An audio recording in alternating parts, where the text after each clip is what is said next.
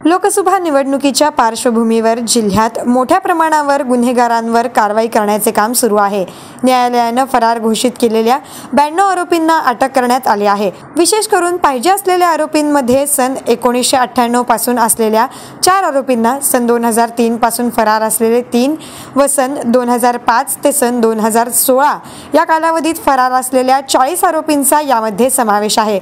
निवडणुकीच्या पार्श्वभूमीवर केलेल्या विविध कारवाईची पोलीस अधीक्षक मनोज पाटील यांनी माहिती दिली। आगामी लोकसभा निवडणूक 2019 साठी सोलापूर ग्रामीण जिल्ह्यामध्ये 5635 लोकांच्या विरुद्ध 107 चे प्रस्ताव पाठवण्यात आले होते। यापैकी 3213 लोकांच्या प्रस्ताव हे सर्व तहसीलदारांनी पारित केलेले। ही आकडेवारीचं प्रमाण हे चांगलं आहे। पुढील कालावधीमध्ये हे पूर्ण करण्याचा प्रयत्न आम्ही करतोय। याचबरोबर 824 आरोपींच्या विरुद्ध 110 चे प्रस्ताव पाठवण्यात आले होते आणि त्यापैकी 580 आरोपींच्या विरुद्ध बंधपत्र घेऊन त्यांना गुन्हा न करण्यासाठी त्यांच्याकडून बॉन्ड आणि बेल हे घेण्यात आलेले आहेत। याचबरोबर 55 च्या 42 इसमांना सोलापूर ग्रामीण जिल्ह्यातून 1.5 ते 2 वर्षाच्या कालावधीसाठी हद्दपार करण्यात आलेले आहे।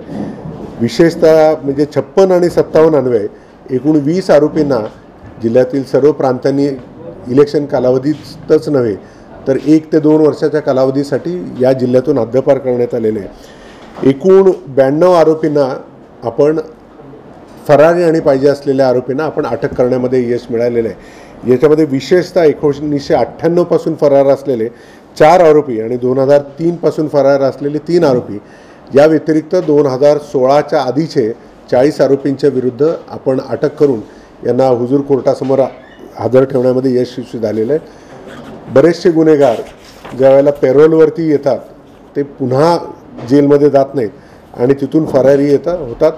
यापैकी 3 आरोपींना अटक करण्यामध्ये आपल्याला यश आलेलं आहे। सोलापूर ग्रामीणच्या पोलिसांनी यांना अटक करून पुन्हा एकदा जेलला पाठवण्यात आलेलं आहे। याच्यामध्ये विशेषतः एक आरोपी हा 2006 पासून जेलमधून फरार झाला होता, त्यालाही अटक करून आपण जेलमध्ये पाठवलेले आहे। एकूण 12 इसमांच्या विरुद्ध मकोका, 1 इसमाच्या विरुद्ध MPDA आणि 1093 लोकांच्या विरुद्ध 93 प्रमाणे कारवाई करण्यात आली असून साधारण 1500 आरोपींच्या विरुद्ध इलेक्शन कालावधीमध्ये 68 असेल, 151 असेल, 151(3) असेल किंवा 144 असेल या अन्वये हद्दपारी असेल किंवा हद्दीतून त्यांच्यावरती बंधन घालून कारवाई करण्याचं नियोजन करण्यात आले असून या लोकांनी मतदान झाल्यानंतर पुन्हा पोलीस स्टेशनला येऊन बसणं हे त्यांच्यासाठी बंधनकारक असणार आहे। जिल्ह्यामध्ये याच कालावधीमध्ये निवडणुका जाहीर झाल्यानंतर 30 गुन्हे निवडणुकांसंदर्भातले घडलेले आहेत। या 30 गुन्ह्यांपैकी 28 गुन्ह्यांमध्ये चार्जशीट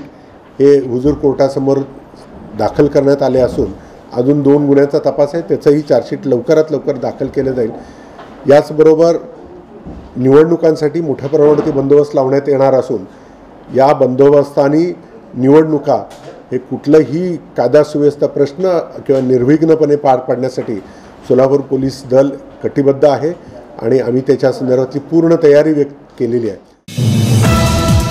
यासह अनेक बातम्या पाहण्यासाठी येस न्यूज मराठीच्या YouTube चॅनलला सबस्क्राइब करा आणि बेल आयकॉन ऑन ठेवा। तसेच आमच्या Facebook पेजलाही फॉलो करा।